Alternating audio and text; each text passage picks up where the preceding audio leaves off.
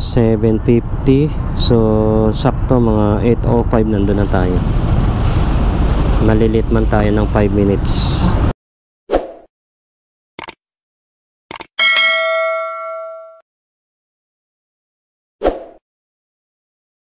Okay lang, nakahabol pa rin sa meeting.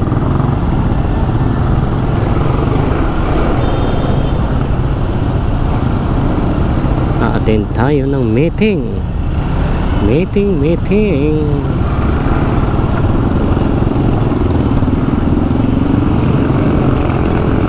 Kasama ang mga co-officer.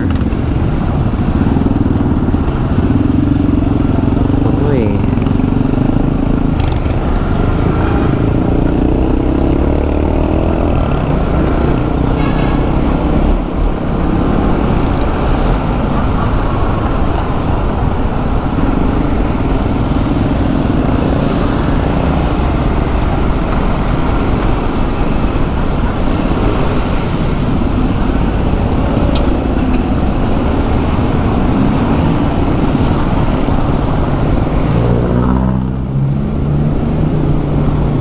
Ba naman si kuya pag nagda-drive, no? Yung kanyang paa nakalaglag. Ayun, no, yun nasa unahan na yan, no? Yung kanyang paa nakalambitin, dalawa pa. Mayroon talagang ganong driver, ano? Kaya driver sa motor, mayroon talagang ganyan, eh. Very, ano sila, eh. Yung tumatakbo na yung motor, eh, nakalaylay pa yung dalawang paa na dapat, eh, pag naka-go na yung motor mo, dapat automatic iangat mo na yung paa mo, back to normal ka na. Pero yung iba, ang layo na ng tinakbo, pero yung paa nandun pa rin sa ibaba. Hindi rin maganda yan para sa akin, kasi dyan ka ma-balance, parang nag-aalinlangan ka. Kaya dapat pagka once na naka-go na yung motor mo, automatic itaas mo na yung dalawang paa mo, ilagay mo na doon sa may footrest para mababalance mo na yung takbo ng motor mo. Kasi iba yung nandun yung dalawang paa mo sa footrest kaysa nakalaylay, no? Nandun yung parang nawawala ka sa balance, eh. Kaya marami ako napapansing driver na ganyan, na halos nakatakbo na ng 5 meters pero ang kanilang paa ay nakalambitin pa rin. Ay, nanguhuli sila ng mga walang helmet. So nahuli si sir. Ayan, mga task force sa disiplina. So yun, nahuli si sir, walang helmet. Ayun, shout out dyan sa mga bikers dito sa Quezon City. Dapat mag-helmet po talaga kayo. Huwag nyo sabihin nakabike lang kayo, eh hindi na kayo mag-helmet, ano. Kasi for safety pa rin nyo yan, para sa inyong kaligtasan. Kasi hindi porket bike lang yan, eh, hindi ka na mag-helmet, kasi ang aksidente ay nandoon, ano. Hindi natin alam na nagbabike ka lang dyan, binangga ka, natumba ka, nabagok ang ulo mo. Ayun, oh, shout out kay sir, naka-helmet. Oh, di ba? Jiba naka-helmet. Oy, nakakita na ba kayo ng kotseng nakatiwarik? Ayun, no, nakatiwarik, naka-raker. Ang kanyang ba kayo ng kotseng nakatiwarik? Ayun, no, nakatiwarik, naka-raker. Ang kanyang takbo ay atras. Naka-raker si sir. Maaga pa. Ayun, shout out uli. Maraming mga nag-helmet, so ito lang yung hindi nakapag-helmet. Tingin ko parang magkakaroon ito ng tawag yan, multa siguro. Parang magkakaroon yan ng multa. Hindi ko lang alam kasi tinitikita nila, eh. So tutubusin mo yan doon sa may City Hall.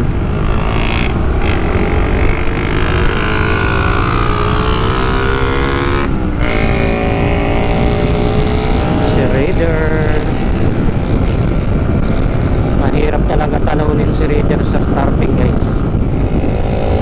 Malupit talaga.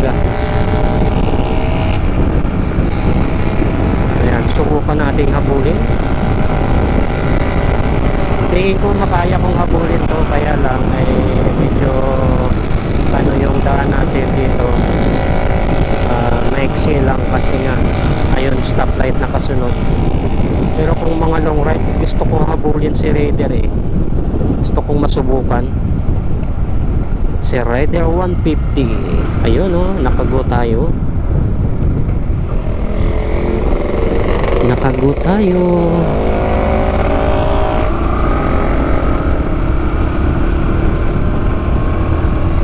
Raider 150, so naka 160 naman tayo. Kumbaga lalayo man si Raider siguro kaunti lang kasi magaang yung katawan yan eh.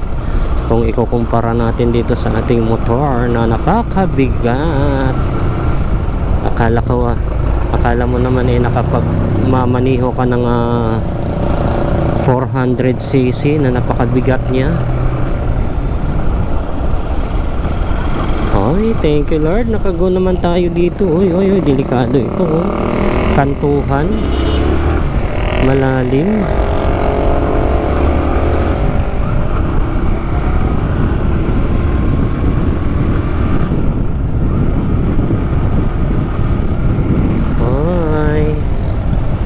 Dito tayo sa may intersection. Pagdating sa may intersection, kailangan magiging marahan para ikaw ay ligtas sa kapahamakan.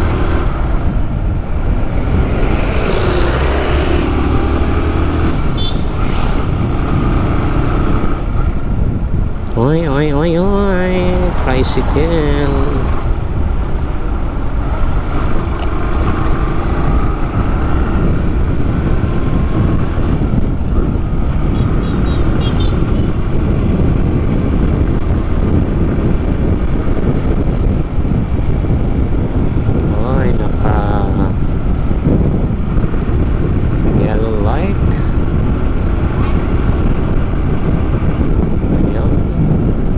Red light na.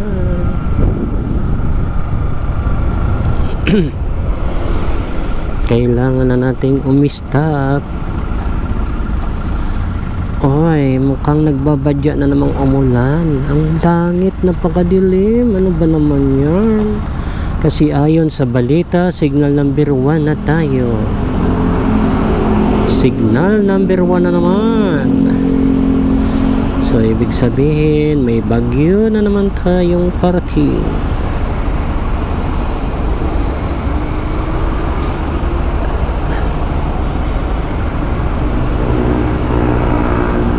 Uy, hataw si NMAX.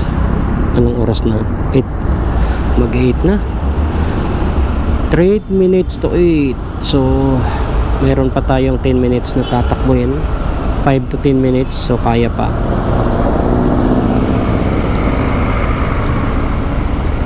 Dahil medyo malapit na tayo sa ating destination.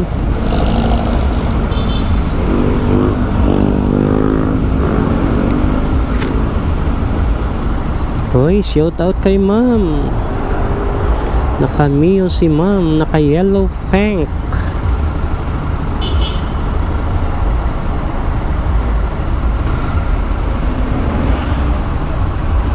Ayun, nakago na tayo. Oy, ang galing ni ma'am oh, nanguna talaga oh. Ang galing-galing. Shout out sa iyo ma'am.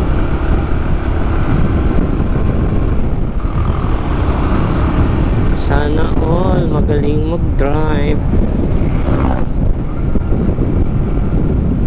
Sana all wag mabasa ng ulan. Malapit na talaga ito bumagsak, God. Please help me. Wag mo naman akong basain. Papunta pa tayo ng meeting. Please, please, please. Alright. Ayos yung Yamaha ni Sir. Yung AC ni Sir. May payong pa. Oh, vlogger si Sir. May camera. Shout out Sir, vlogger.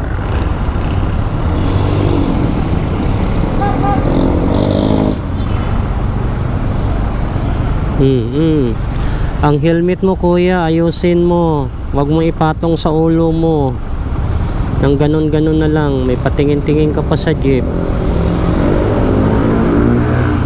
Nakakala mo siga ka. Pag ikaw ay na-aksidente, basag ang ulo mo. Ang helmet sinusuot ng tama, wag lang ipatong sa ibabaw ng noo.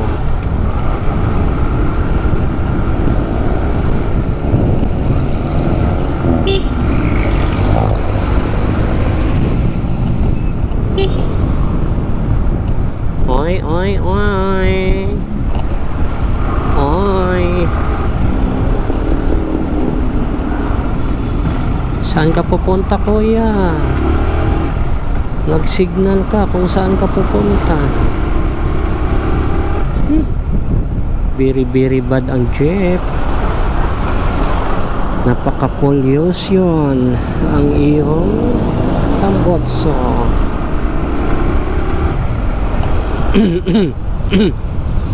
Medyo nakukuhan tayo dahil sa Plima